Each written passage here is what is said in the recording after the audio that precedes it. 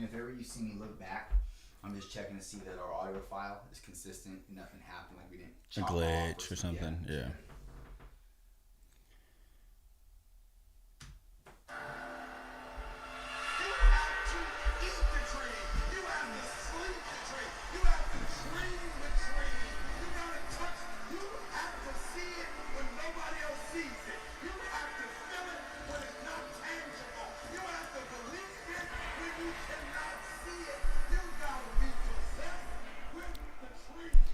What's up, guys, and welcome to Straight from the Chest podcast. My name is Justin Groth, and I'm your host on this personal development, personal growth podcast. Listen, if you're new to the show and this is your first time tuning in, thank you for tuning in, and thank you for giving me your listening ear and time. It means a lot to me.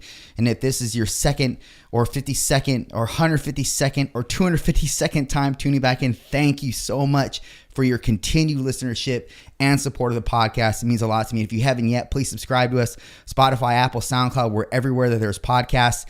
And if you haven't yet subscribed to the YouTube, please do that as well. We're trying to build that channel. We're new, we're late to the game, but we're here anyway, so that's all that matters. But please subscribe, show your support for the podcast. Share it on IG, share it on Facebook. However, if it is on Instagram, please be sure to mention me at Justin Craig Roth, and I'll be happy to re-mention you in the Instagram stories as well. But without further ado, Gib, what's up, big dog? How are you, bro? Man, just got to fist bump you, man, because I'm good, man. I'm good where I'm at. You know what I mean? It's hard to explain when you're in a good place. It's so much feelings. It's so much, a lot of hard work that's been put together that it's hard to sum up. I can't just say I'm good, I'm great. It's a lot of everything. But bro, it's been a ride for you. Yeah, definitely. It's been a big ride for you. Definitely, man. Affirmation and change, you know what I mean, is the main thing that comes to mind. The ride is a journey that I still look forward to. A lot of change is still coming, a lot of unknown, is going to come to light. So for me, it's just living in the moment for sure. You gotta do that, but also reflecting, on where you come from, the distance, and not so much particularly on just focusing on that, but just reflecting on different things that you can be proud of. You know what I mean? So tell the listeners kind of your background, man. Like, you're a barber. You have your own barbershop. You're an entrepreneur. But tell people how you got started, man. And go back however far you want, man. Oh, man. We got that much time? We got that much time. No, I just played. For reals, starting off, as far as I can remember, I struggled to understand the world. I struggled to understand the concept of what's normal. Right? A lot of people will be like, oh, that's not normal, or this is normal. And it's like, well, I grew up in a broken household. I grew up without my parents, not understanding them and their generation, where they came from. So my father's ex-gang member, or gang member for that matter, never, I guess I should say ex, but mother kind of fell into that same persona, being loyal to her husband, being loyal to her man. And then I was raised by my grandmother, and my grandmother came in and showed me, how to eat at the table, how to pray, how to be, have gratitude for what you have, and be thankful. And in tune with that, I'm grateful for that, because I wouldn't be who I am today. And that's my perspective, me. I wouldn't be who I am today. I'm not saying people in general. I'm saying I got here because of my journey, and then my choices. Did I go left or did I go right? So that helped me to become a better person, and striving over generations of not generations, but over time of different changes of who I was. Who I was in kindergarten is not who I was in third grade, and who I was in third grade is not who I was in sixth. And especially getting into junior high, that's like, boom, the bomb hit, and then you change there. So coming from that perspective, my role models were coaches and teachers, and I had to adapt and learn on the fly, so to speak. So that's life, right? And a lot of people will dwell on that, you know, and sympathetically, you know, some people were like, gosh, you had a hard lifestyle, and, you know, it sucks and it hurts that to hear what you've been through in life. But the affirmation of that is, it gave me clarity. It showed me the true grit of the world. And what is the world? Well, the world is business. The world is life to live. But what do you do when you wake up? You get ready for work. You get ready for school. You get ready for whatever you're taking on that day. And it could be working out. So if you're going to wake up and get it and make it happen, no one's going to prep you for that. No one's going to motivate you for that. You wake up on your own, you go to sleep on your own. So you got to figure that out, right? And along that journey, sports has transformed me. And then going into that, college, the military, and then just entrepreneurship, that started to reform mentally and in depth of like, who are you going to become? And that's when I think I started to really get a grasp on a little bit of who I am, because I'm still young. I have a lot more to give, a lot more to go. So right now I reflect and still look like I still have 400 more years to go. You know what I mean? So pretty grateful for my position right now. Yo, man, a lot of kids, when they grow up in a broken household, not to mention a household with the dad being an active, was he active gang member? 100%. Yeah. All right. So they typically want to emulate their father. You know, we don't know any better. We look to our father as their first role model, like the first, you know, chief in command, so to speak. So it's like, how did you not go down a worse path? Was it that the advent of sports that saved you, you think? No, my grandmother. Grandfather. My grandmother and grandfather, my grandparents in general, are my rock. And the soil to that holds those rocks up on a pillar, so to speak, are my uncles and aunts. And in relation, because I grew up with them, I see them as my brothers and sisters, because we grew up that tight. You know, they gave me that clarity of what I needed to do in life and where I needed to be. And a lot of it was tough love. And a lot of it had to do with where I was at that position. But at the same time, they had the position to give me the knowledge too. So we're going to go back a little bit more, where I was 3 years old and I was getting pulled out of this house out of Santa Maria, California. And my parents were both in prison. They both got popped for, I don't even know what it was to this day. But I remember leaving that house. That was my home. And a new world, a new change was about to happen. And my grandparents took me to church, you know, showed me how to pray, taught me how to be as best as they could. Because at this point, my parents raised me. So they're taking on this hyena of a kid, and they're trying to reform this kid and teach him stability, and teach him humility, and teach him to be a service to the public in general. You know, when you grow up at that age, obviously you're not, but instilling those seeds, you know, planting them. And I just got to give it to them. You know, first of all, the grace of God, you know, he was always there. He's always been on my shoulder, first and foremost, but to put those kind of grandparents in my life to help me build those building blocks, you know. Saved you. 100%. So then fast forward, man, you went to the military. Yeah. I mean, what drew you to that? Well, a little backdrop to that. I got into sports, right? In sports, I met Mike Stevenson, and that guy, man, he's just affirmative in everything he says. You know, he drills it in you. You know, walk a straight line, hold hands, and you guys are a team. And if that chain link breaks, then everything's gonna break. You know what I mean? So he builds this camaraderie around you, and that's what drove me to like, I have to be in every sport, because every sport, my dad's there. My dad is the person that's going to teach me what I need to know about life. And it wasn't a person. It It was more of a figure, an entity. It could be anybody. It could be basketball, football, soccer, whatever I can get into, because that absence was gone. So then that pillared me into being, I played every sport, man. You name it, I did it. I've tried it. I tried to master it, try to figure the fundamentals of it. For me, an athlete wasn't just, oh, you're a really skilled basketball player, or you can run really fast and catch balls and throw balls. No, mine was, you better be able to play ping pong like Forrest Gump. You know what I mean? You better be able to run like, Usain Bolt. Like you better be an athlete.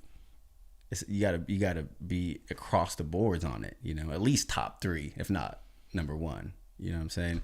And my older brother was raised by my aunt, and he went to the military. He went to the Marines. So as soon as I started to understand that concept of there's life after school type of deal, I started looking to him, and he drew me to the military. I seen what he did and what it did for the rest of his life, so to speak. So it gave him a structure, and it gave him enlightenment. And I mean, this guy is making 6+ figures a year now. You know what I mean? So he became the real light of who I was trying to be or strive to be. Isn't it crazy how when you adopt discipline and structure in your life, how much more your talents are exposed and how much more they can be complemented?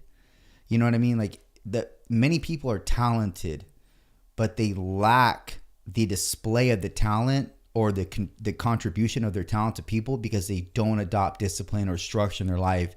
And so everything just kind of falls apart. You know what I mean? Like, there's so many good things in people, but they need to extract them on their own. They need to be the ones to practice them, refine them, and be able to be good at what they are. It's not like just because you're Michael Jordan, you still have to practice, to be Michael Jordan. You can't just wake up and, well, God gave me the genetics to be this tall, be this acute with my dribbling skills, or whatever that makes him up, that comprises who he is. He had to hone in on it. He had to practice it. And that requires setting a structure, setting a standard, applying yourself to that standard, to meet that standard every single day. And that takes discipline. And then it takes tenacity on top of that. But like, all these things are the makeup of really successful people. Unless you were spoon-fed with a silver spoon in your mouth since you were young and you were handed money, sort of like what Kim and Kanye's kids are going to be, or Weezy's kids are going to be. You know what I mean? Like, these kids, unless they teach them a certain way and they don't give them any money, they don't give them their money. I mean, these kids they're going to be just, billionaires or right. multi-millionaires at the very least, and not have to do anything for it. But I love what you're saying, because you're essentially honing in on what it took to be what you could be. And that only came because you developed a structure and you applied yourself with regards to being disciplined and setting a standard and meeting that standard all the time. That's really the recipe here. There's nothing else.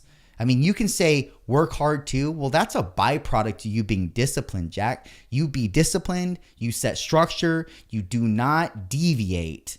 And what happens when you do that? You obviously have to put energy and effort into whatever thing you're being disciplined in.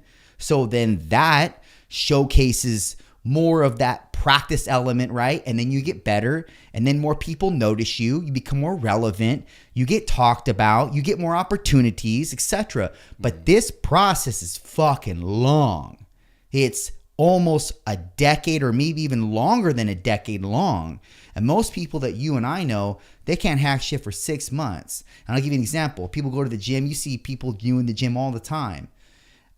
For example, it's often I'll see a buddy pair in the gym, 2 buddies working out. Yeah. And you can tell they might be knuckleheads. They might not be knuckleheads. They may or may not be. But it's like, they mean well. They're getting their workout. They're being diligent in the workouts. And I applaud them for that, man. Like, no matter your background or whatever, we can all come together through fitness. And so I love when I see that. No matter what matter if the gang member, doesn't matter, or straight out of prison, doesn't matter. But you see this buddy pair up because they need accountability, right? Or they just want, they don't want to work out alone. They feel weird working out alone, thinking people were looking at them and shit, Right. When reality is nobody is. You know what I mean? Exactly. But then you Same start zone. seeing them fade out. Maybe they go gung-ho for like 3 months, and then all of a sudden you'll maybe see them twice a week or 3 times a week. And then you might, I don't know, be it Rooster or Mason, you see them getting fucked up at the bar, and then they don't go to the gym that whole week, and then they just fizzle out, dude. But it's like, you could have been something if you just kept going. You didn't allow the hedonistic pleasures of life that we all are fucking tempted by every single day. If you just said no. And I think that's what you did, man. In a lot of cases, you said no to a lot of things. You said no to a pathway that you could have easily walked down. And obviously the advent of your grandparents taking under their wing, that was a huge saving grace for you, bro. Right. I appreciate that. I appreciate it a lot. But the reality of that, because you don't know the full story yet, Sure. we're still there, is I didn't know. I didn't have the guidance. I didn't know how to say no. I said yes to everything because I was at war with myself, right? I'm sitting here in 5th and 6th grade, and I'm meeting new people for the first time. And I went to like 13 different schools before I went to high school, bro. Jeez. I lived up and down California, and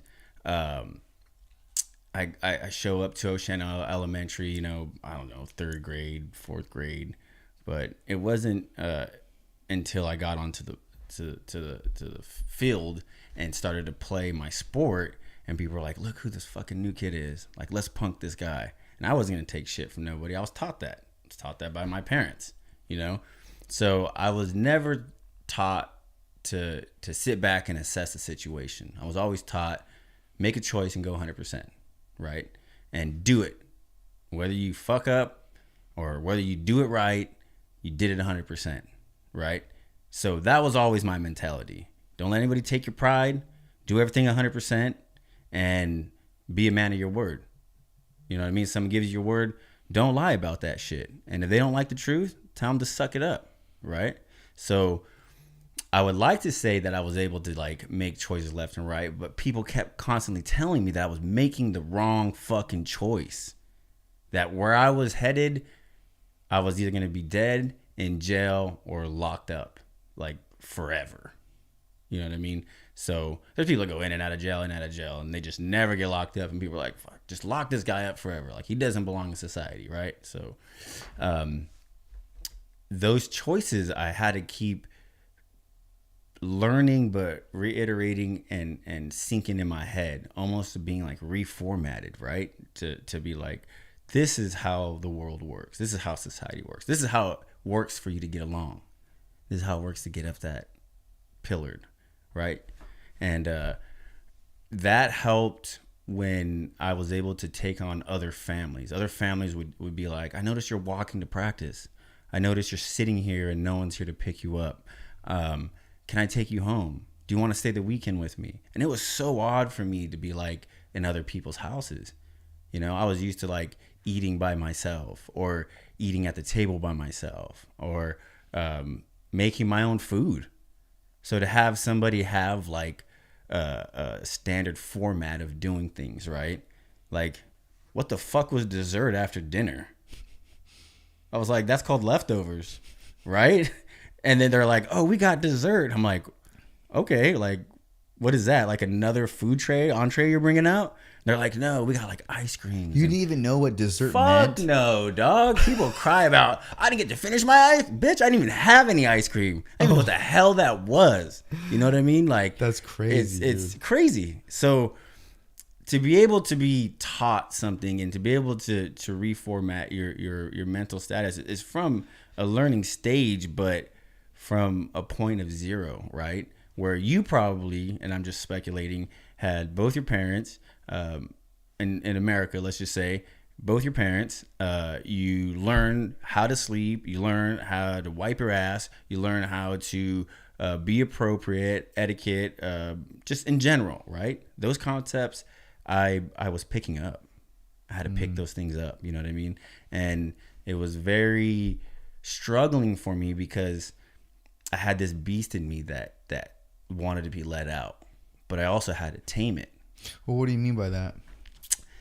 Growing up that way, you know, let's say regularly, you know, you got Christmas, you got your birthday, Mother's Day, Father's Day. Fuck all those.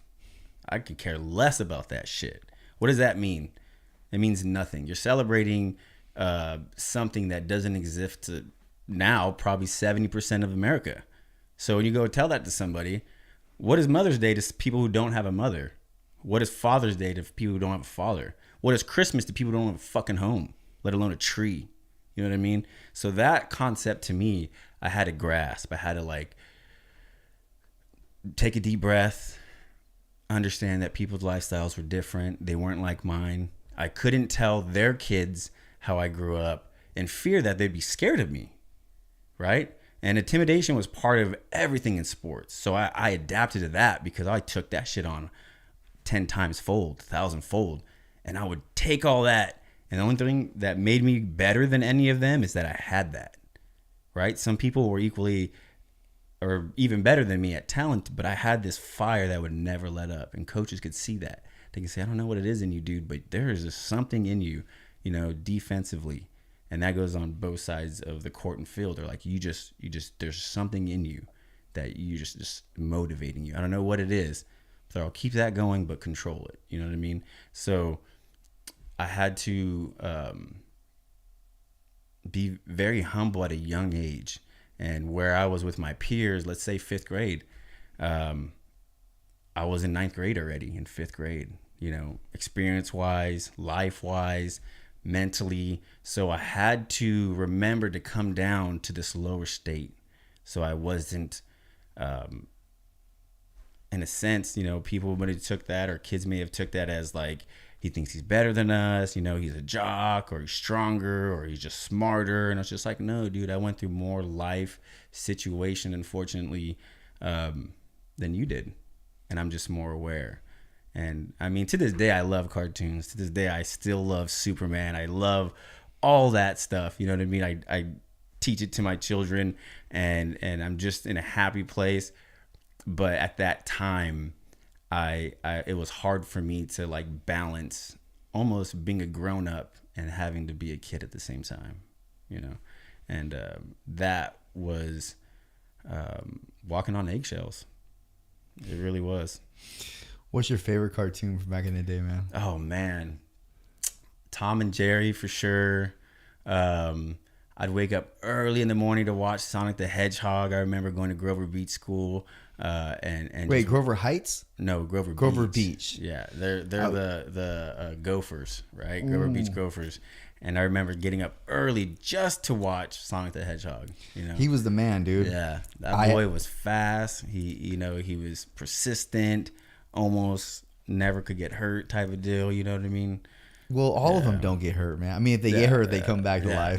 They literally bounce back. What's that one with Yosemite Sam? Was it Yosemite Sam always get killed, or the Roadrunner would always get killed? Yeah. He always come back. Wasn't the Roadrunner? He would never get touched. Oh, that's right. It was the Coyote. The Coyote, yeah, blown up dude. And smashed and burned. Yes. And then the next clip, he's like back to normal. He's back to normal. Yeah, you wish life was that way. Oh, I was just gonna say that, man. Yeah. So, talk about your barbering, man. So, what even got you started with that? Oh, that just made my hands sweat a little bit. All right, growing up, like I said, you know, the place we came from, we had to do everything ourselves. We didn't have enough money to always get a haircut, to always get ice cream, to always do the normal things that you should do as a child, or prospectively should do as a child. And getting a haircut was one of the main things. You know, male grooming wasn't really prestige back then. It was just, you know, your average, like, hey, get a haircut. If it touches your ears or you're sweating, you know, a lot, you know, summertime, get a haircut. And we started cutting our hairs, and we came up with some crazy trends, man. And some of the elementary kids followed it, and it was a cool summer. We came up with some cool trend haircuts. But then my cousin Jimmy Quintanilla took us in, and he showed us, the ropes. He's like, "Hey, come in here." And at the time, it was Beach Barbers, and it was owned by a guy named Vance. And I was about 12, 11 years old, and he would bring us in and cut our hair, and then we start talking about it. And he's like, "Well, bring your cousins in, and bring your friends in, and I'll teach you how to do it, and, make a little money on the side." Back then, I think haircuts were like $12, $15. So I would charge, my guy friends like $20, $5, whatever, Gatorade, just getting the experience. Sometimes it was just like, "Hey, let's go ahead and cut your hair, and let's go to the grad, 18 or younger type, whatever," you know what I mean? And that started the process of learning a trade, learning a profession. He's like, "Hey, anywhere you go, you can cut someone's hair." People always need haircuts. Always, ready? Like medical, gas. I mean, like common sense stuff. Everyone's gonna always need it. Everyone could always use it, not necessarily need it. And that kind of sparked that fire, right? And after that, I never really stopped doing it, because then I male groomed myself, cut my own hair. When I was in the military, I had to cut my own hair. When I was going to college, OCC, had to cut my own hair. Or I made money cutting my classmates' hair. So it was just like, I don't want this 9-to-5 job and some dude over my shoulder, and while I'm thinking about books I got to read or whatever, I was like, you know what? I can make my own business. And using the GI Bill, I went, got licensed, and I started cutting hair in Orange County. And that started to rock me off to a whole different way of life. And I just been holding on tight just to see where it takes me. How so? I,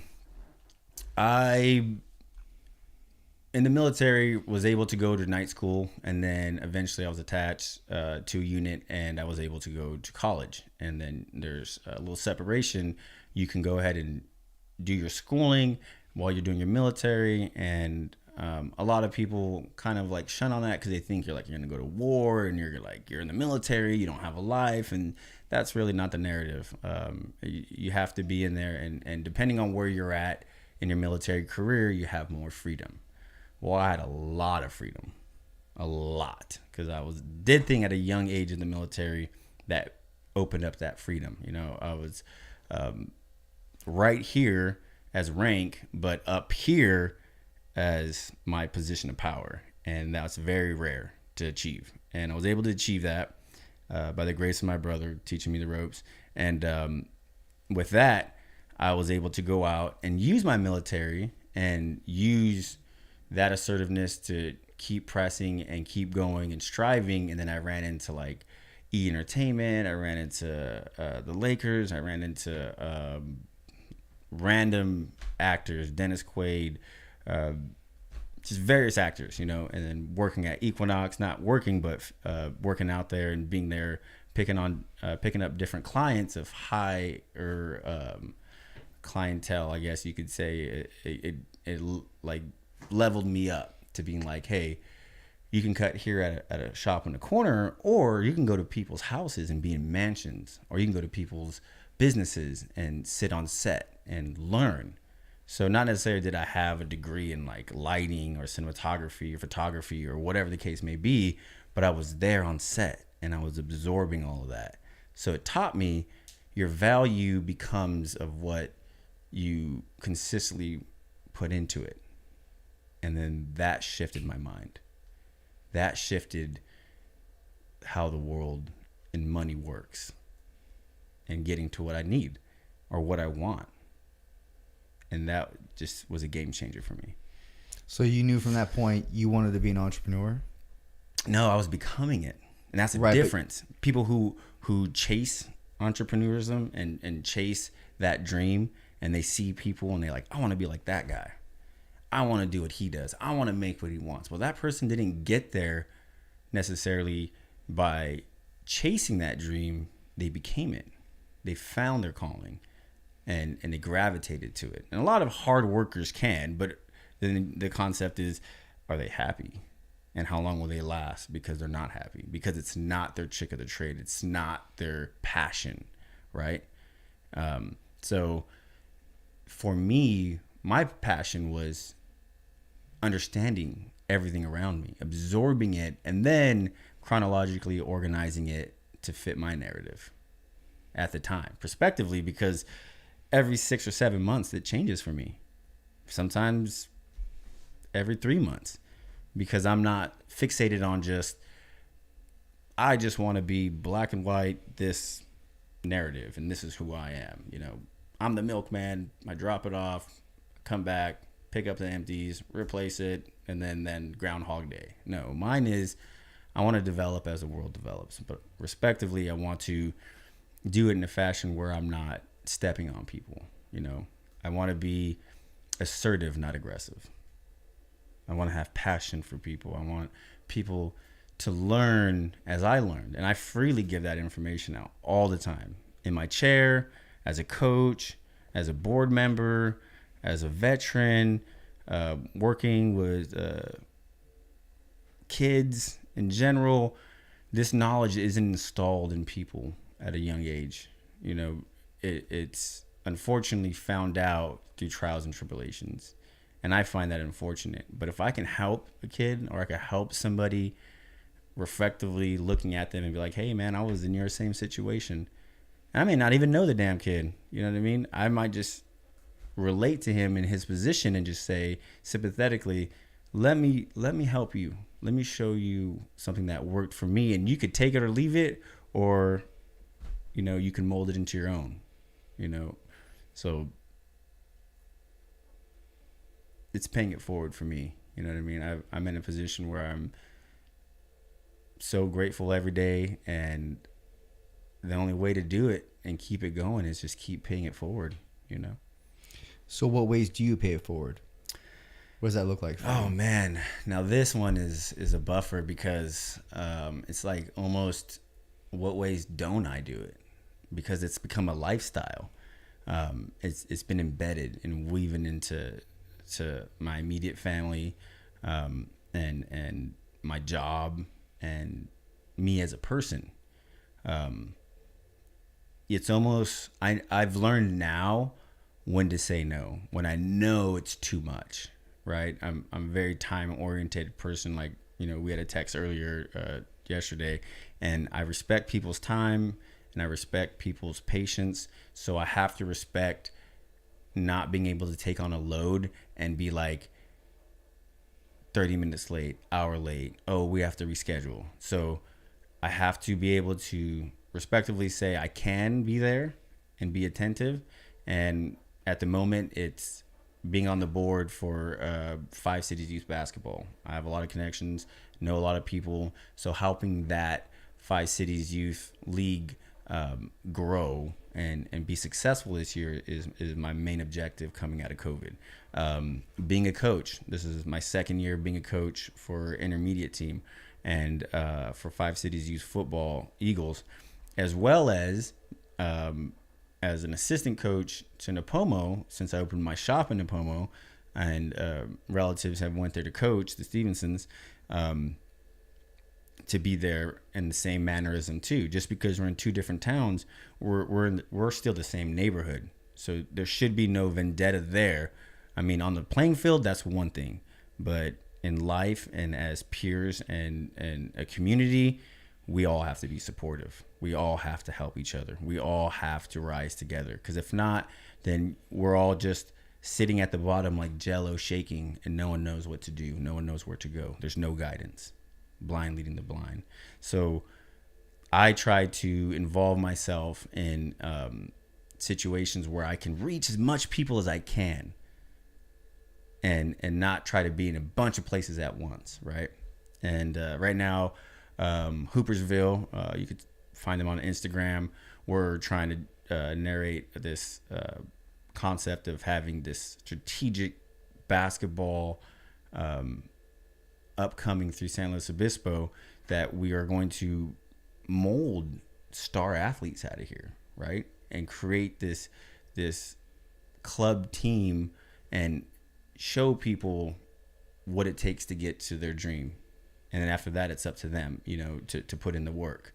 I know Horace Grant. I spoke to him on a meeting, and he's doing something of the same caliber too. And we're kind of colliding in a great way of trying to build that and build the community and get that out and build that. And it starts with the youth. If you want to make change, it starts with the youth. But putting the right narrative in their mind and showing them the guidance of what it takes to maybe hold their own one day or surpass that, become whoever they want to be. Because stability in structure in sports is the same in life. Whatever you put into it, you're going to get out of it. Whatever help you need, you're going to get. And a saying that I like, closed mouths don't get fed, is like, well, speak up. Say what you need to say. And I feel like the community does well with that, but there's no literature, there's no guidance to where do I start, where do I go, who do I go to. You can't just Google that. There's no right answer to it. But if you do have something that they can build off, a building block, right? Now you got superstars that are coming out to community. You got people who want to advocate for these kind of programs. Hell yeah, I'm going to jump on that shit. Hell yeah, I want to build our community up. I mean, I damn well did it going to the LA for 10 years and learning all the business orientations, what it takes to build out there. Like, if I come back to this community, it's my obligation to put that back in the community I grew up in. You know what I mean? So yeah. So you think that is it about, I think I know the answer to this, but let me just put it out there anyways. Is it about finding athletes, or is it about structuring kids so that they have the best advantage in life? Yeah. The athlete part, there is no genetic athlete. Yes, there is genetic differences. Somebody who's 6'4" may not have the flexibility I do. Some person that you think is 5'7", and you're like, he can't dunk, and jumps like a flea, right? So there is no real athleticism to that, but it's putting that passion behind somebody, putting that drive. What does it take? Are you going to be there for the small gratification of your success? Or are you going to be there in the long term, quote unquote, life of the hard work you have to do every day? Whether it's physical, mental, spiritual, whatever the case may be, you always have to grind and take breaks for sure. But when the time is relevant, right? You can't just be like, I'm going to take breaks all the time, because then that goal you're trying to hit and you keep hitting those breaks, it's just going to keep pushing further and further. So you have to strive. You have to go through that dark in order to eventually see the light, right? You have to dig deep and say, this sucks. I'm working 18 hours, 24 hours, 3 shifts. I only get to see my family 3 months out of the year. But then, what's your ultimate goal, if that's your goal, right? So perspective is always the case. But like you said, you're trying to build that foundation in these gentlemen, right? These young athletes, right? And you're trying to build this confidence in them. And right now, I feel like there's a lack of that. We're giving every kid a trophy right now. And the one thing I can say, being a coach, is that every kid is nice. Every kid is awesome. There's not one thing you can't say about a kid out there right now. I mean, as a competitor, you always want to be safe, right? But to be like, I didn't want to set a screen on him too hard because I didn't want to hurt him. And in the nature of the game, you set the screen how you're supposed to set it, so that way your brother can get the freedom to score the goal, right? And when I say supposed to, I mean like in a safe manner, right?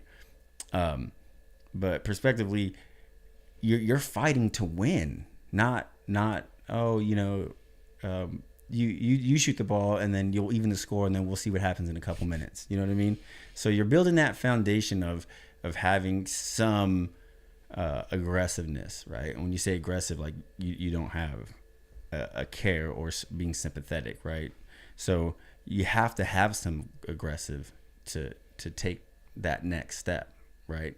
If not, then you'll always stay stagnant. And for some people, and most people, staying stagnant, you get depressed. Why am I not moving forward? Why am I not doing what Justin did? And I've been doing this the same time he's been doing it. Why is he better than me? It's because he's stronger. He's got bigger muscles and he has discipline. I don't. No, it's not that.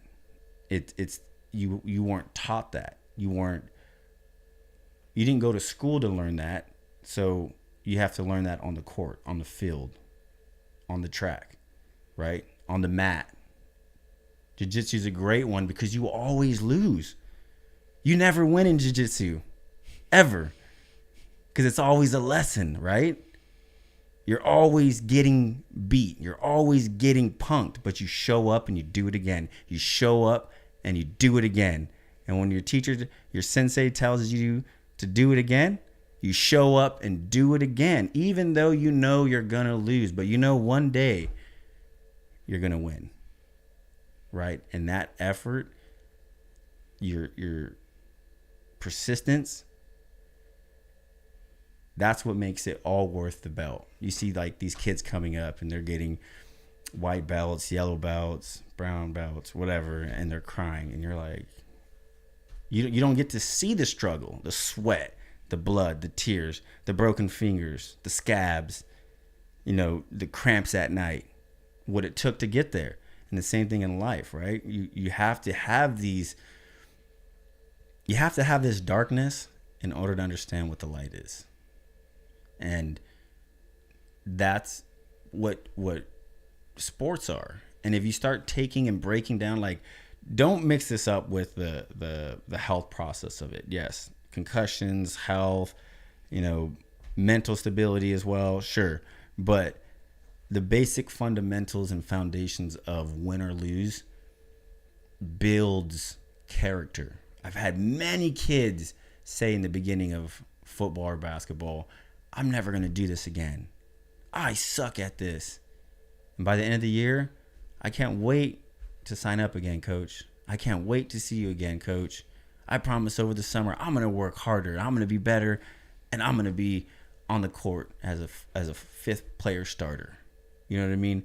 And that affirmation, that right there is what touches and keeps me driving. Because you may not hit every kid every season, but eventually they'll get it. They tasted it. They see their friends do it. They see their friends grow, and they come back, and then they show up. And they said, I may not have been ready last season or the season before, but I'm ready this season. And that's who you're looking for. That who you're touching right there is the kid that you do it for. Because some kids just naturally have it, or like me, have that passion, this fire that drives them. And you're like, okay, he's coachable. I got him. I can do it. This other kid, that's why I'm here. You guys are having fun, but I want to meet those kids in the back. I want those kids back there to have what the kids in the front have.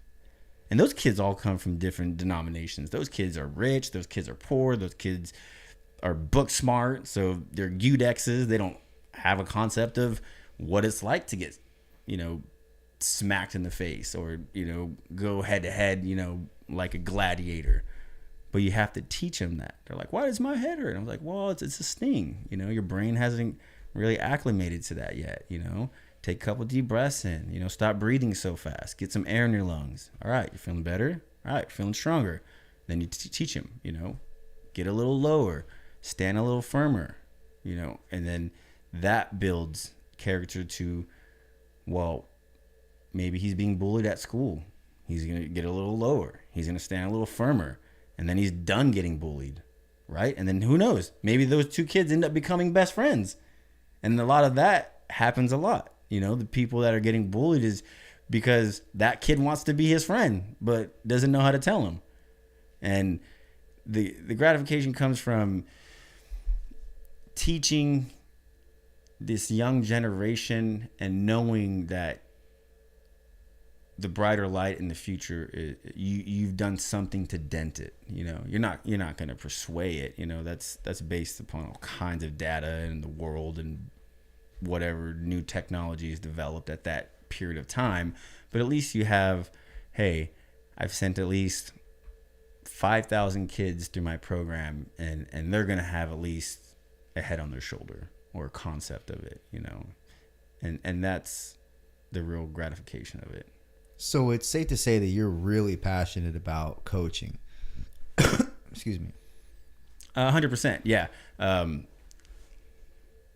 Going back to the military, I went in, and there's about roughly over 200 people in my squad, and you got 6 different decks, right? So we're Mike Battery. There's like India, Echo, and so forth and so on.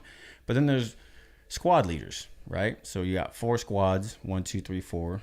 1 squad leader, 2, 3, 4 squad leader, and then you have a guide. The guide is the main one that's supposed to be the most knowledgeable, like the president, so to speak, right?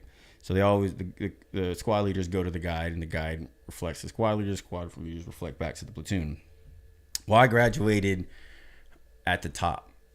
I graduated as a guide. I wasn't the top guide of the 656 people that graduated, but I was a top 5, dog. At 656, I was a top 5. Fuck yeah. You know what I mean? But when you get back into the Marine Corps, they don't give a shit about that. All right, cool. Get your ass back in line.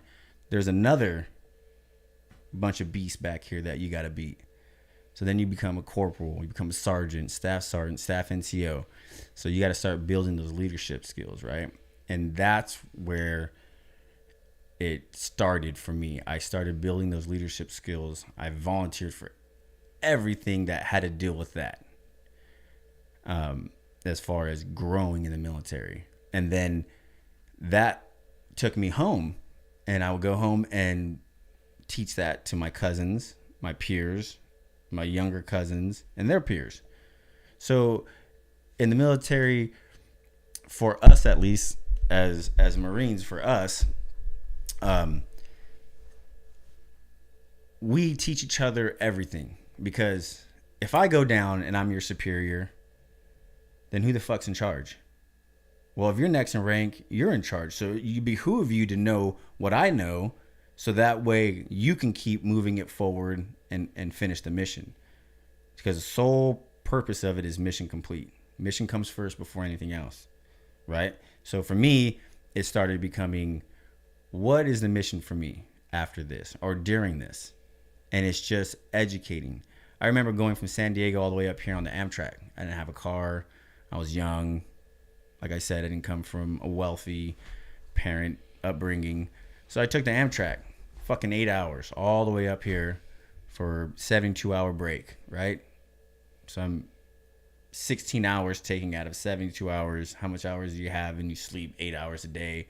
So you have very little time. But it was worth it for me, because I would come up and see family and friends. But during that trip, people would see me in uniforms, and people would ask me questions and be like, what about this about the uniform? Or what about this about the military? What about this? You're in Iraq, and fasting forward. What about this now that you're in Afghanistan, and this and that? And a lot of military personnel wouldn't talk about it. They would disguise themselves as civilians. They would look just like me and you, right? Because they didn't want to be confronted. They didn't want to talk about it. They didn't want to tell the public raw of what this world was.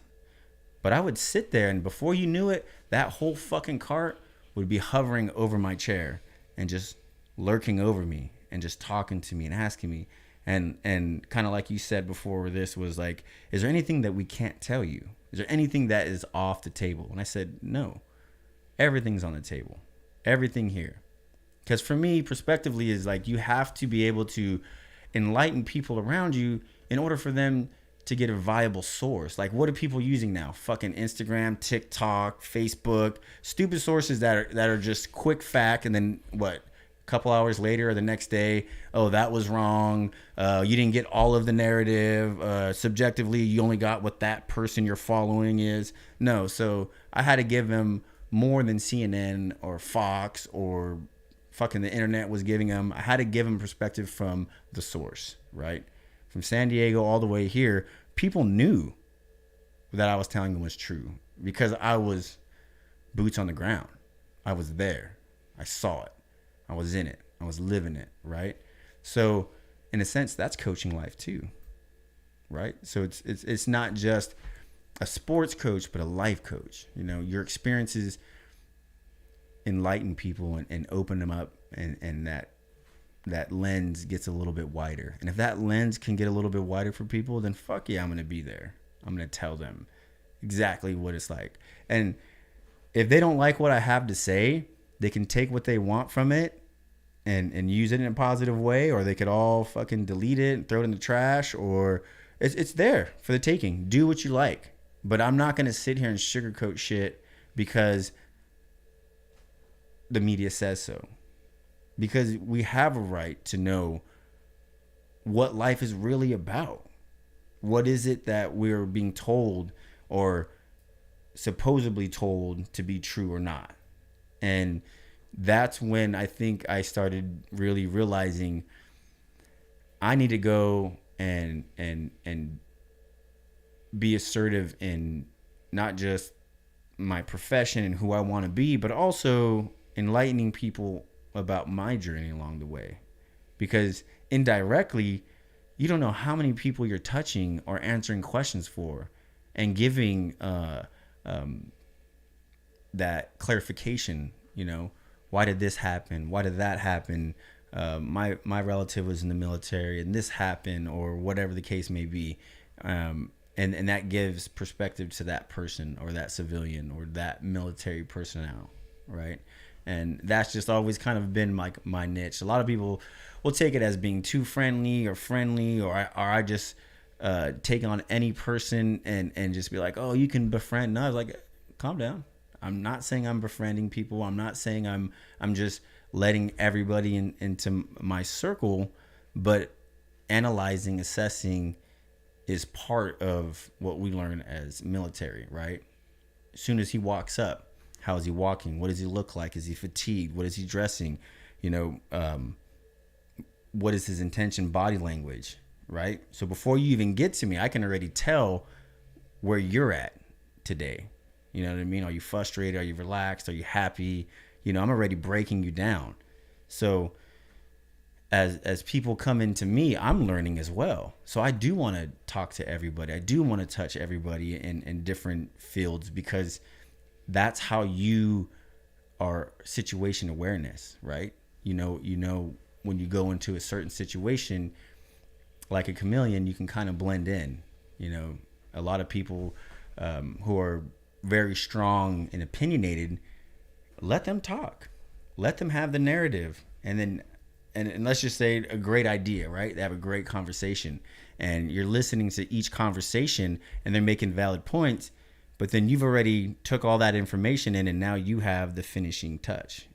You have that last sentence period, because when they're done talking and then you give your perspective, you have the clarification that they're looking for, because you heard all of it, right? Well, you have to be intelligent enough to be able to dissect that. Very true. And be able to then dispense with something that's articulate. You know, some people don't have that gift. Yeah. And that's not something that you're born with. You have to practice it. You have to continuously foster that, right. Or that are you on? And some people are very face value people. Like, they do not analyze like you or I would. They just take people for face value. That's it. They don't look anything. They don't look internally. They don't care. You know what I mean? Like, it's just. But that's something that I think you're born with. I think that's something that you either have or you don't have. I don't think you can teach it. Well, okay, let me take that back.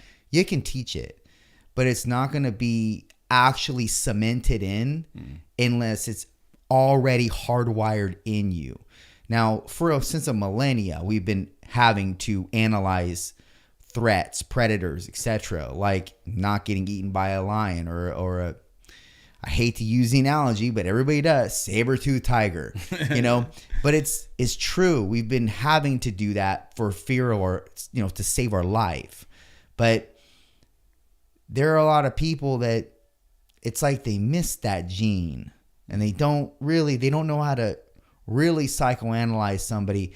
And psychoanalyze is a big word, but really all that means is, to me at least, is to be able to analyze, screen, and dissect the behaviors, the eye language, the mannerisms, etc., before that person even gets into your bubble. Right. But that was something that's always been interesting to me. And I think that's the reason why I train. And I think, and correct me if I'm wrong, but you get to interact with a lot of people because you're a barber. And so much like hairstylists and trainers, you're not just a barber or a trainer or a hairstylist. You can be oftentimes, now with barbering it's a tad bit different because they're not in your chair for that long. But with hairstylists or with training, you're likely with people for at least an hour. Sometimes with hairstylists a lot longer, right? Yep. But you get to, by extension, they open up to you. Right. And so you're able to,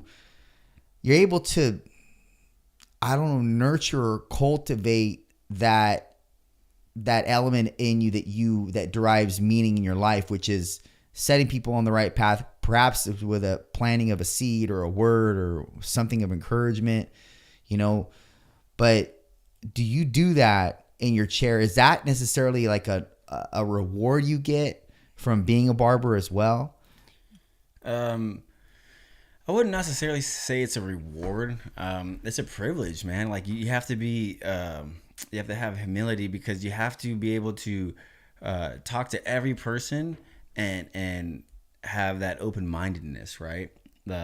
Sure, you can be that aggressive barber and this is how I think, this is who I am, just one team type of individual. But if you're really trying to grow, if you're really trying to break boundaries, you're always trying to see that person's perspective. You're always trying to relate somehow. And like you said, you have to have like kind of a natural discerning nature. Yeah, to actually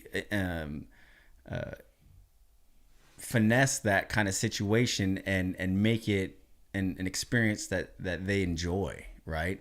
Because at times, like you said, I mean, I talk to doctors, lawyers, judges, people, who are just regular you and I have to be able to adapt to that because I might be talking to a student and then all of a sudden I got a doctor, a surgeon. And then after a surgeon, I got a cop. And then after a cop, I got, a drug dealer. Like, so these personalities change really quick, drastically. So you have to be able to adapt and be somewhat relatively coherent to their lifestyle. Otherwise, you're just sitting there and they're talking Chinese and you're just like, giving that, oh yeah, oh dang, bro, like, yeah, well, you gotta be patient, bro. Like those rhetorical answers, right? You're just like, and it too. You're best. Sitting there and you're like, yeah, motherfucker. Okay, just cut my hair. Then we'll just stop talking. You can't relate, yeah, right? You're right.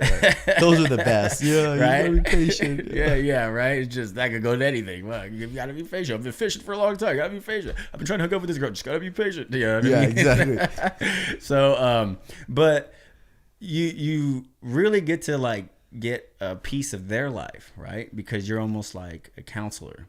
You sit there and you listen to them and they listen to you and you guys vibe off each other. And that's what makes a barber. Like, that's my barber. Like, he's always got something for me other than just a haircut. He's got a little bit of information I can always take, or a problem solver, or a solution solver, or just an idea. You know what I mean? So definitely you have to put time into building that personality and as a barber and understand that, there's a lot of untold stories that can never be told again that in that chair. And you definitely got to take that with you. You know what I mean? Because a lot of people don't talk. A lot of people don't open up. Me, I've seen therapists all my life. I still see one even today. I actually talked about it to her today and she was pretty stoked. I see a VA trauma, mental health through San Luis Obispo therapist for veterans. And I can honestly walk away from it anytime. I can just tell myself, I got this shit, I'm good, I'm successful. But it's not a matter of if I'm going to lose my fucking mind. It's when, after the shit that I've seen, being bombed, seeing brothers being ripped apart, shit like that, you know, you definitely have to, I mean, even surgeons, you know, doctors, like even rich people, their clarity is when they go talk to their financial department and everything's going well, and he breaks down where every little thing is happening for him. That's his therapy, and he goes home and he doesn't shoot his fucking brains out. You know what I mean? So everyone has therapists, and to say that or mock that if somebody needs to go see a therapist, that's fucking bullshit. First of all, everyone needs to talk to people. Everyone needs to have somebody that. So for me is, I can't solve shit in my brain because the problem's in my fucking brain. So how's the answer there? I got to go talk to somebody who can dissect that, who can analyze that, and help me say, this is why you keep making this mistake. This is why you're habitually using, you know, working out as a scapegoat or whatever the case may be, right? So we have to have people in our lives and structured and professions that give us that, and therapy does that, right? Just like I'm able to give therapeutic advice to my clients, I'm getting it from somebody else.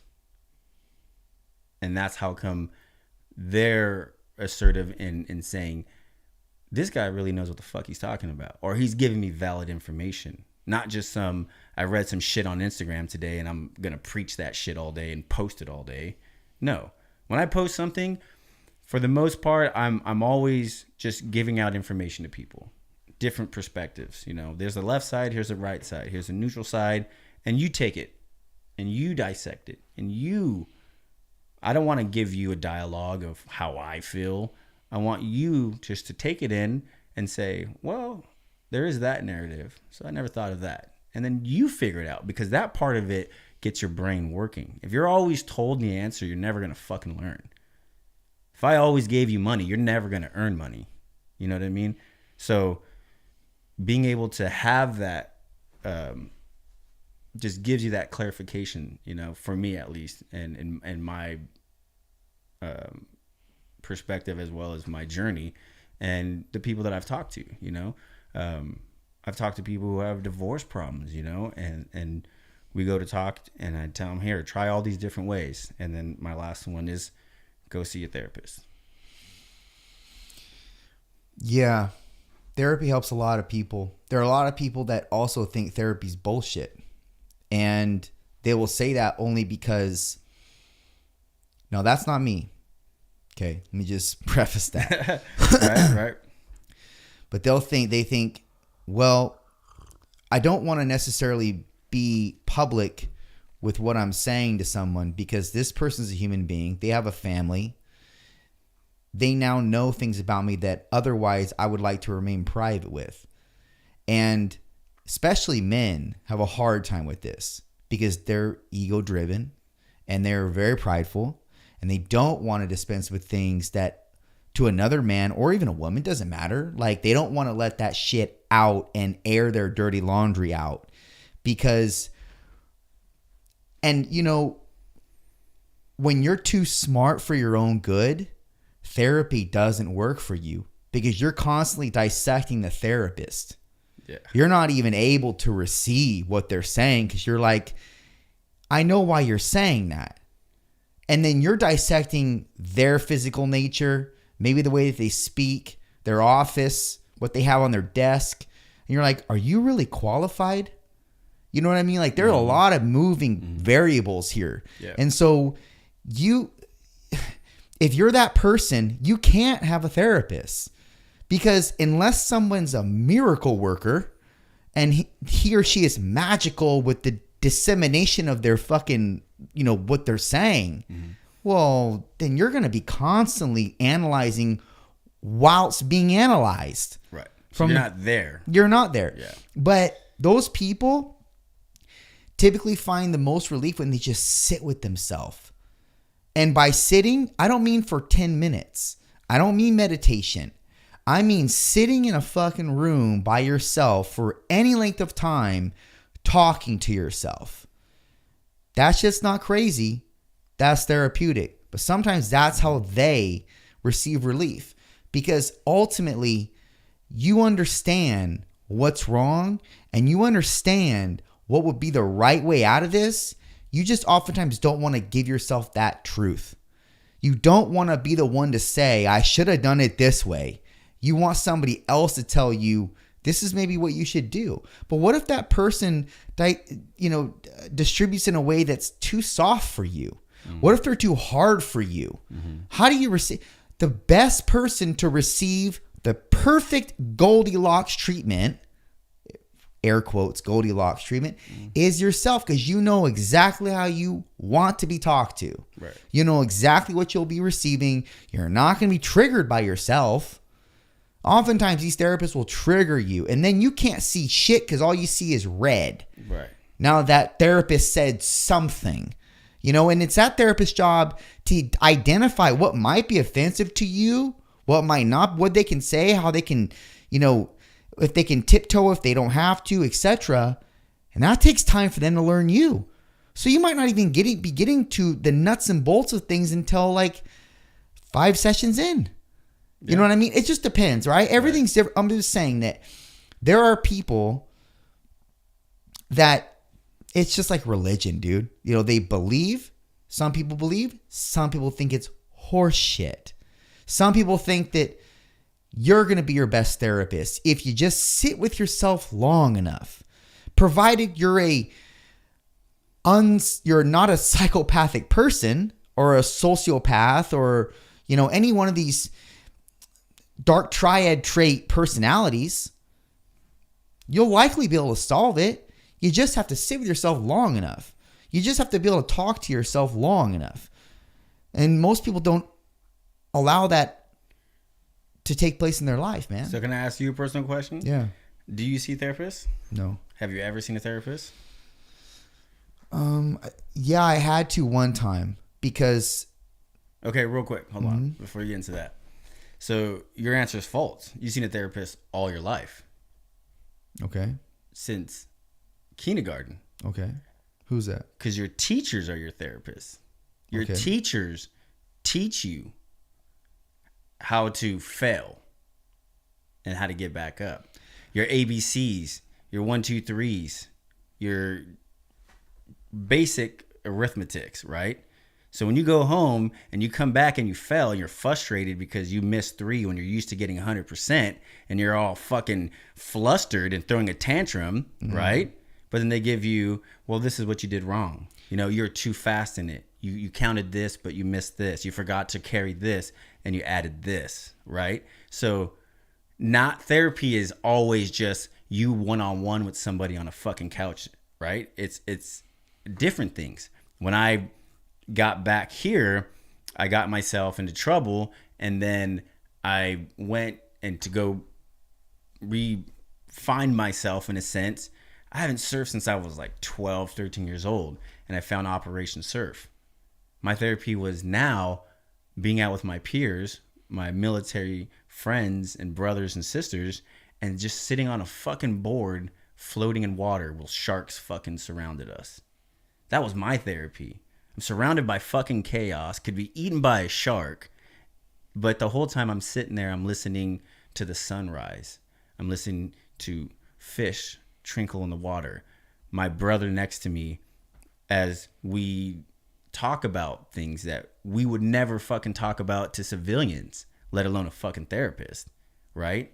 But we're each other's therapy, right? So your therapy comes from different webs of life. It doesn't necessarily have to be, like you said, sitting in a room by yourself, floating on a board by yourself at 6 o'clock in the morning, right? Catching that one wave, even though you fucking got smashed by 30 waves. But once you catch that one wave, it's like, fuck, life is great.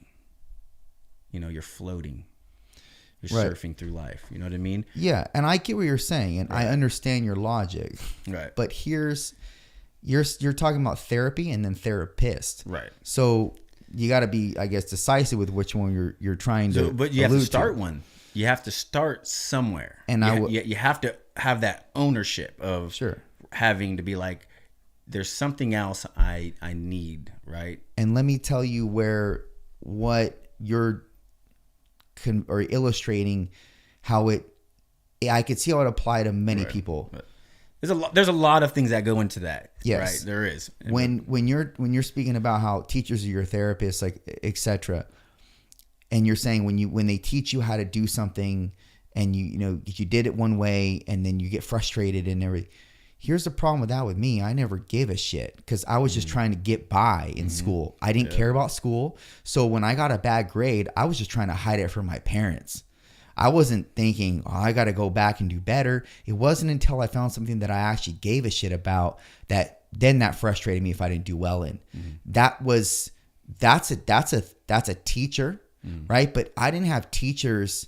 And by the way, I'm not trying to, just diffuse your argument by saying this. 100%. It is applicable to many people. Right. When I wish I would have been a kid that cared more and wanted to get good grades, I just didn't. And so when teachers would flunk me or when they would give me a C or a D or an F or whatever, it was like I wouldn't want to retaliate in the sense of like getting better. I would just want to hide it from my mom and get away with it. Right. That was it, man. Yeah. So like, but human beings are very complex, but they're very simple in the same time.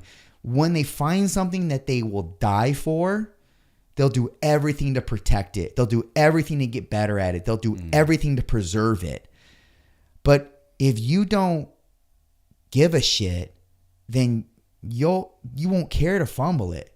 So that was me in school. I mean, and you're talking about a kid that came from a 2-parent household, very fucking nuclear, still didn't give a shit, right? Like, I didn't give a shit in a sense like I'm this, anarchist. I don't care about anything. No, it's like, this is what I know to do. I did it, and I got a fucking D or F or whatever. I'm trying to hide this shit from my parents now, man, because I don't want to get in trouble. Yeah. Like, I just don't want to get in trouble.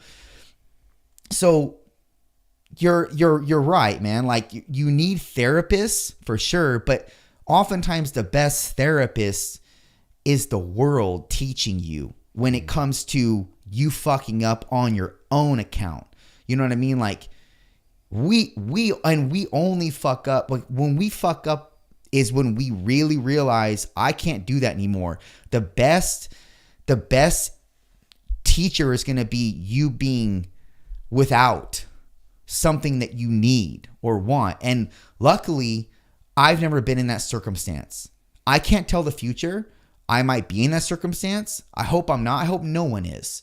But it's like, that is the best teacher for anybody, man. Without a doubt. You know what I mean? No doubt. So but then I think it's personality dependent too. I mean, like, you have kids that are on your football squad, or how you teach multiple sports, I'm sure. Yes. So it's like, you have kids that I know don't care, and you have kids that are just there because their mom and dad want them in sports, and then you have kids that are really got some potential, and then you have kids that are somewhere in the middle, lukewarm, where they're like they don't want to disappoint you because you're their coach and they look up to you, but so they want to do better. But if it was up to them, they could give a shit. They just don't want to disappoint Coach Escobedo. That's it. You know what I mean? Then there are kids like I was the kid where even though I played baseball 11 years, I didn't want to be embarrassed. So I did my best to not be embarrassed, but I didn't avidly practice baseball because I love baseball and I want to get better at it. Dude, if I had taken the same discipline I had with bodybuilding and competitive bodybuilding, I'd have been in the fucking MLB, dude. Yeah. But that's just not the case because I didn't have that tenacity and drive per baseball. Right. I have it per bodybuilding. Do you know I never was an MVP All-Star League ever in my life? All years competed, ever did anything of baseball, of All-Star or even like turning, nothing, dude. First glance, you'd be like, bullshit. You know what dude, I mean? But I always joked about this, and this is just me being jokester. If there was an all-star team for bodybuilding, I'd be in it. And I know that without a doubt, man, because I know I have what it takes to be an asset to an all-star team if there was one for bodybuilding. But I wasn't an asset to baseball, wasn't an asset to any sport I played because I didn't apply myself that much because I didn't really care that much. So when we care about something, everything is up for grabs. But when you don't care, you're not going to apply yourself. You're not going to be a Kobe Bryant. You're not going to be a Michael Jordan. You're not going to go in early and leave late because you just don't care. Humans are simple in that regard. They do things, they gravitate towards things that they know they do well, but also they know that they can get really good at. Right. And that develops competency in them, which develops confidence. And then they can do much more with themselves and be much more of a contributing factor to society and people and be of benevolence to most people. But if that's absent, what's the incentive, man? Right. None. So, well, for me, it was not being fucking embarrassed, dude. And that's the cliche quote, right? If I knew what I knew now then. Yeah. Right? Always coaches would tell you that. Your dad tells you that, or just anybody who's teaching you something, right? If I would have known what I know now then.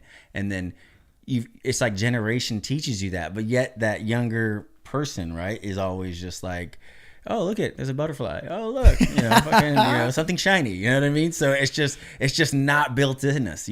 We're designed to fail. We're designed to learn that way. You learn by failure. You know what I mean? So no one ever has that tenacity. Nobody ever has that installed in them. It's just something you're born with, right? And it's not by genetics, because you've seen pillars of athletes who come together and then their kid is a product of not what they thought it was going to be. You know what I mean? They're just the quite opposite. You know what I mean? Yeah. So you can't even say that. It's just God-given. You know what I mean? It's spiritually given regardless. You know what I mean? Well, so, on that note, dude, do you think that this is like, I don't know if I don't know if it's a conspiracy theory, but I'm going to take the conversation left field a little bit. Let's go. Do you believe in soul recycling? Like elaborate a little bit more. Like, people are not who they are from just conception to adulthood, just given, like, just, I guess, I don't know the right word to use, but there's something in them prior to them entering the world. Right. That maybe they lived a past life, like a past life type situation. The only reason why this makes me think this is because there are kids, there are young kids, man, like can't be older than 3, that have these old personalities in them. Or you'll watch documentaries on people, not documentaries, like little clips on people that maybe on YouTube, etc., where there's a young kid that couldn't be any older than 4, can barely talk. I mean, they can talk, right? But it's broken, and they're depicting how they died in the World War. Like, right. What the fuck? Did your dad tell you what to say? Did you read off of you can't even read. You know what I mean? Like, and you being that young, can you retain information like that? Right. Even if somebody told you what to say, you're not even watching TV yet. Well, you're not watching TV that's depictant of a world war, or you're not watching videos on the World War. So how did you learn that? Right. How did you learn, and in somewhat detail, how did you learn that?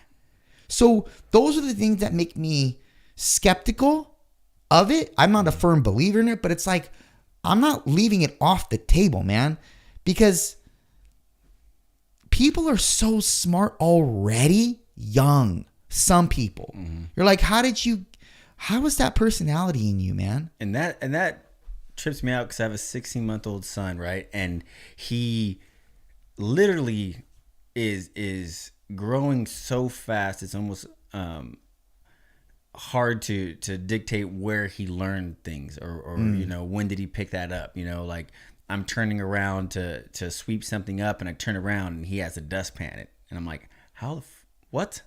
Like, he knew. Maybe he saw his mom do it? Right. Well, I don't know. So we don't know, because, like, did he see that we went to the closet? And then how did he get it? Just the other day, he had his mom's toothbrush in his hand, and he's brushing his teeth, but like, the toothbrush holder's up on top of the counter. Like, how did he get up there? Where did it come from? Or how, like, you know what I mean? So it's mind boggling, right? How, like, cause he'll be on top of the couch and we're like, when did he learn to crawl and climb the couch? You know what I'm saying? So there, if you go in depth and piggyback off what you're saying in soul reciting,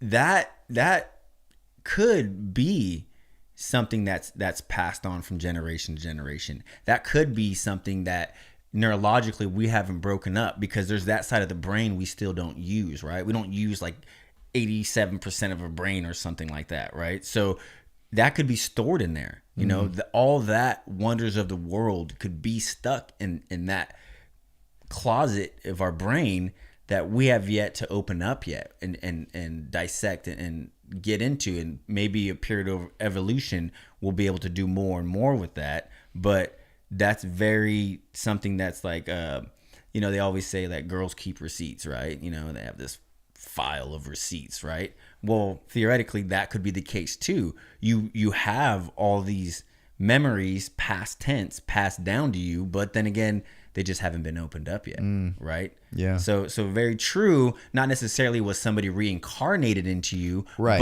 But you were passed on those genetic traits, those memories. So that's why your legacy is always like, hey, your legacy, you want to go on. You know, I want to have that boy to keep carrying it on in case there is something down the line, right? And for the most part is why people aren't burned these days anymore, right? Because if we can get brought back to life, if some alien ancestor can, you know, revive some cell, a hair follicle, whatever, you know, your epithelial skin, and then be like, hey, maybe one day I can be brought back to life. I can be recloned, right? So that's why before, back in the day, we burned ourselves. I mean, other than the Egyptians, you know, Vikings, Indians, nomads, like, go back and do the research. They were just like, send them up, you know, burn them, send them back up, and that's that. But then now people like just the queen, she was purified, and now she's gonna be, you know, stuck along with all the other kings and queens of the world, and who knows, you know, 400 million years from now, She's gonna be what? Well, she was, I don't know, they glazed her, and I just called it stuff. You know, that's pretty inhumane to say, but yeah, you know what I mean? Taxidermy. Yeah, whatever. No shit, they did that with her. Oh, yeah. They put her in a casket, made her look all, you know, great. She's not like going to be propped. She buried. Not, she's exactly. She's buried. She's in a tomb casket, you know, and she's preserved. Right? Oh. Right? So. No way. So theory is that, like, you know, you want a part of you to live forever on this earth, because what if that concept is able to be grasped one day, like cloning, right? You can be cloned one day. Well, man, they're gonna definitely. What if you could be brought back to life, yeah. Right? And then if all that knowledge is in one cell and one DNA strand, right? Then you can bring all that knowledge back, her life and her heritage, right? Or whoever. So if you want to go on that branch, theoretically, sure, hell yeah, you could be passed on those traits. To say that, I feel, my opinion, your soul is individualized and craft. So there could never be another you per se, but there could be somebody who carries on your traits, right? Just like when you have a son, he has the same dimple as you. He has the same eye color as you, maybe a birthmark. So you carry on certain traits that were passed down, and maybe laugh, or, you know, just your general concept of how you gravitate towards things. But there theoretically can never be another you, in a sense. So even if that person is reincarnated, quote unquote, they're living in a different time. So their experience is different. Their train of thought is different.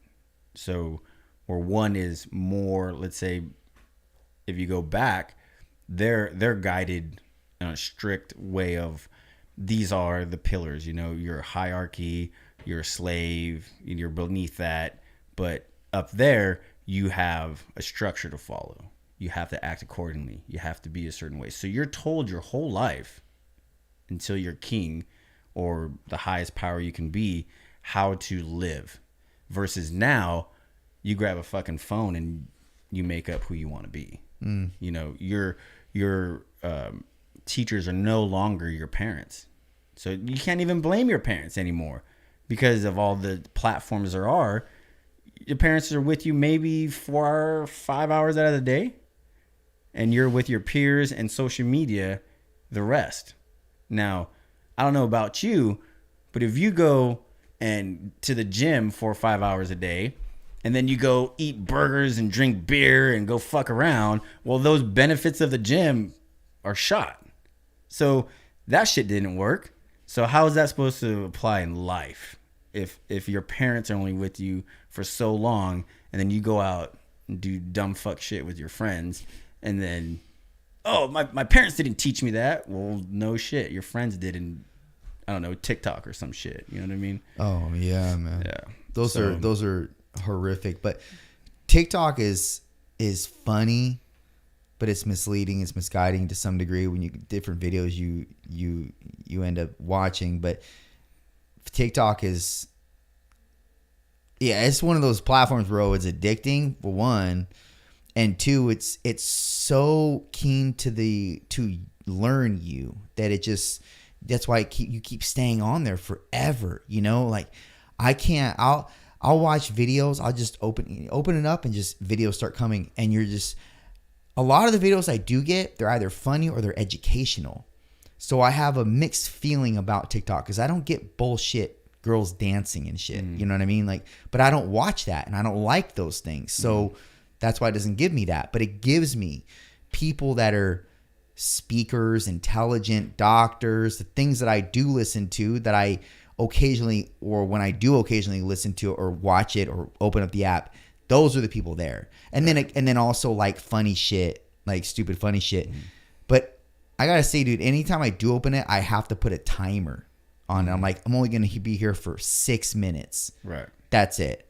And I have to close it after that. No matter if I like the video, if I'm really enthused by it or whatever. Like, I gotta close it no matter what, man. You gotta put disciplines on yourself, even on your own time. 100%. You know, I want to ask you a question, dude. Yeah. And everybody has a different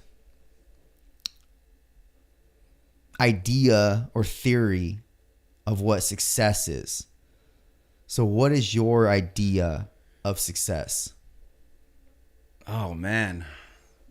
So kind of going back into the introduction, like,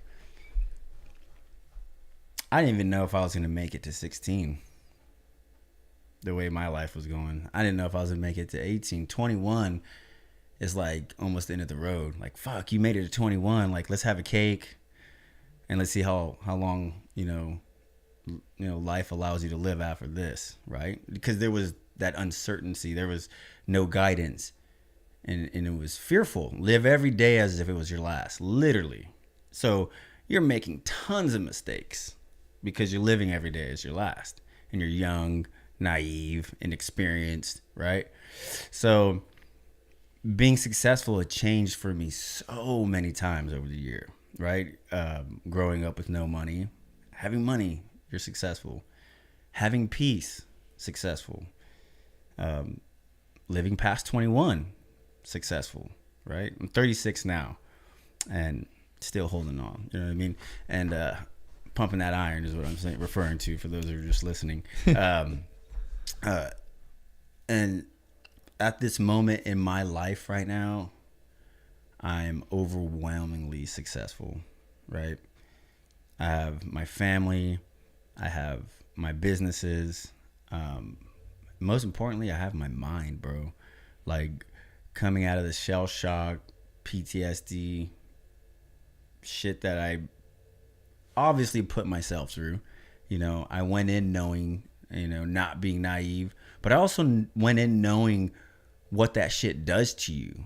You know, if you don't seek therapy, if you don't seek outside source of train of thought and constantly training your thoughts. So my GQ Barbershop 805 Instagram is nothing but, I mean, even my other Instagram, I post positive influence of stuff, whether it's affirmation words or position of power or business or just working out. You know, I post my fails all the time, because if you don't have failure, you don't learn. You know what I mean? And I don't want people to think that I'm imperfect. Like, I have all my imperfections, and I don't show them all the time, but I do in certain cases when it's appropriate, right?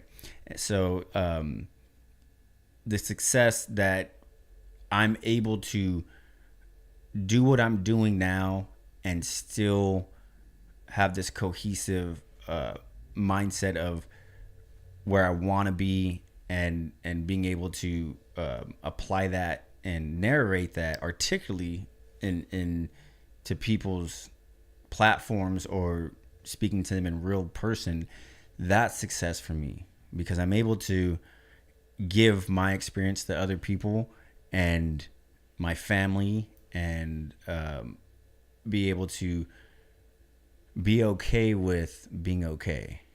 Because there's times where I feel like I have unfinished business, or all these little things I haven't done, but then you have to take a step back, because you need that drive, you know, that itch while you go to sleep, and you're thinking about stuff over and over that need to get done.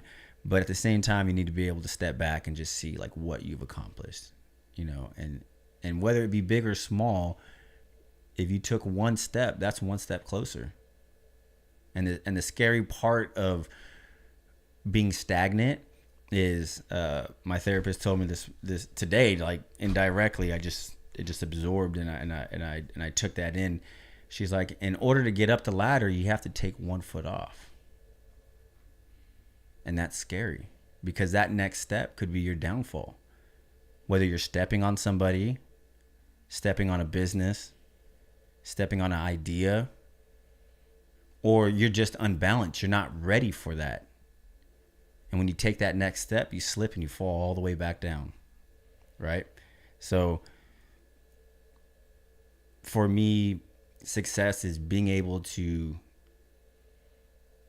take that step and know that all these failures that I had helped me take that step and have that affirmation, have that security that like, hey, I can take this step in confidence, where some people might be fickle and a lot of people don't. You know, they get close to putting that foot down, but then they take that foot and they put it right back where it was, and they don't move. You know what I mean?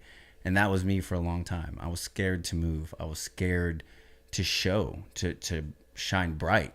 I was scared, and that held me back for a long time.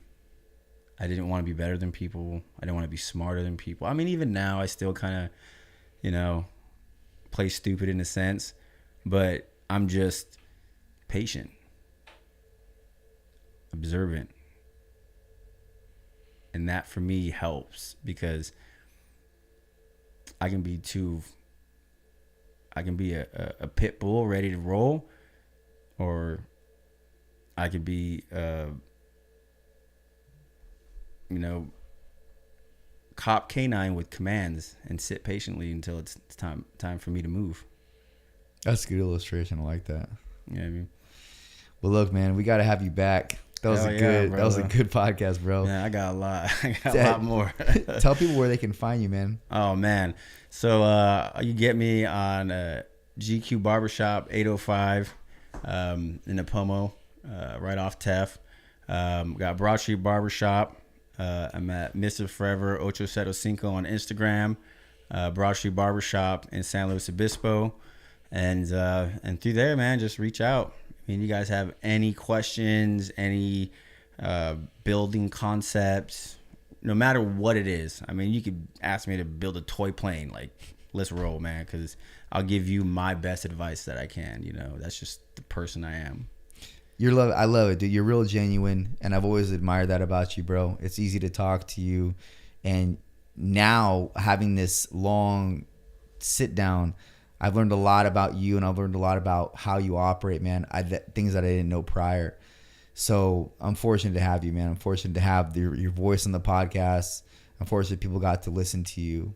It's all good, bro. It's an honor and a privilege, man. Like, I've been watching you for years, you know, even before the podcast, the things that you've done and who you've turned out to be. And honestly, when you opened up your gym, that just kind of clarified, like nothing is impossible, and seeing you grow indirectly, I'm just an example of it. You've helped me take that step. You given me that courage to be like, go after your dreams, be assertive, respectively, go after your dreams. I appreciate that, man. Yes, Thank sir. you, brother.